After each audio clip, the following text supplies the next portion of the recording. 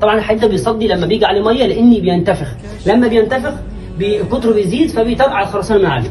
طيب اول خطوه هنعملها في العلاج ان احنا اول حاجه هنعالج العزل من فوق.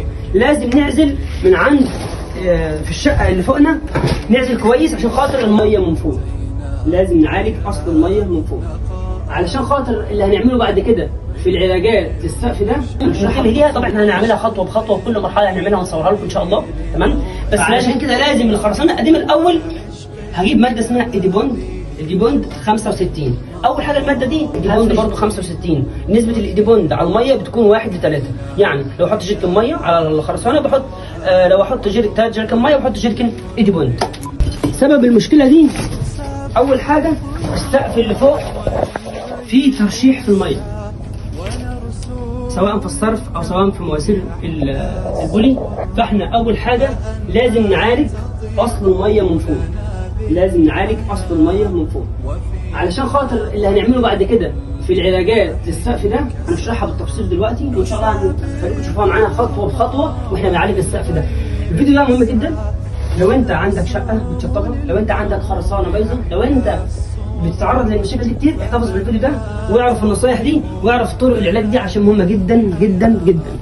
طيب لو احنا كده بنتكلم مثلا ده الحمام، فوق هنا الحمام بتاع الجار اللي فوق، فطبعا بسبب الترشيح هو ادى الى ايه؟ الى اللي انت شايفه في السقف ده. طيب احنا دلوقتي زي ما قلنا اول خطوه هنعملها في العلاج ان احنا اول حاجه هنعالج العزل من فوق.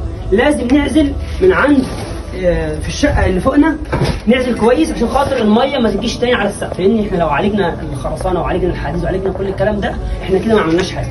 لو احنا ما عالجناش السقف من فوق يبقى احنا ما عالجناش اي حاجه. طيب ايه خطوات العلاج؟ اول حاجه هنعملها خالص في الحديد ان احنا هنبدا نصنفر الحديد. طبعا بنصنفر الحديد بفرشه صنفره.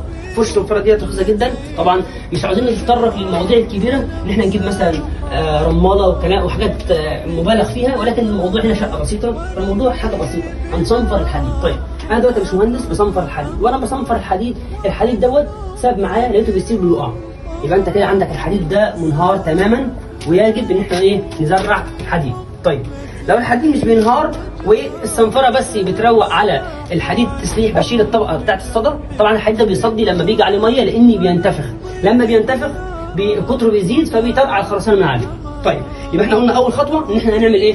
هنصنفر الحديد كويس. طيب صنفرنا الحديد تمام، بنيجي بعد كده بنعزل الحديد نفسه. الحديد نفسه طبعا لو رحنا اي شركه خاصه بالعزل زي كيماويات البناء الحديث او اي شركه غيرها، مش شرط هي، في ماده بتتباع اسمها مثلا لو احنا مثلا كيماويات البناء الحديث في ماده اسمها كيمو بوكسي 131. الماده دي كويسه جدا، عن تجربه بنعالج بيها الصدى، بندهن بنجيبها بفرشه. طبعا الماده دي عباره عن A و B بيتخلطوا على بعض، لازم يتخلطوا كلهم على بعض، ما ينفعش اخد كميه وكميه، بخلط الاثنين على بعض وبعد كده بالفرشه وبمشي على حديد تسليح. طيب طبعا بعد ما صنفرت يبقى انا كده عزلت الحديد، تمام؟ طيب اجي بعد كده زي ما قلنا من الاول لو الحديد بيسيب معايا بشيله وبزرع حديد. طيب بعمل بعد ما انا اعزل الحديد نفسه باجي بعد كده بعمل لبشه خرسانه عشان اعوض الخرسانه اللي وقعت.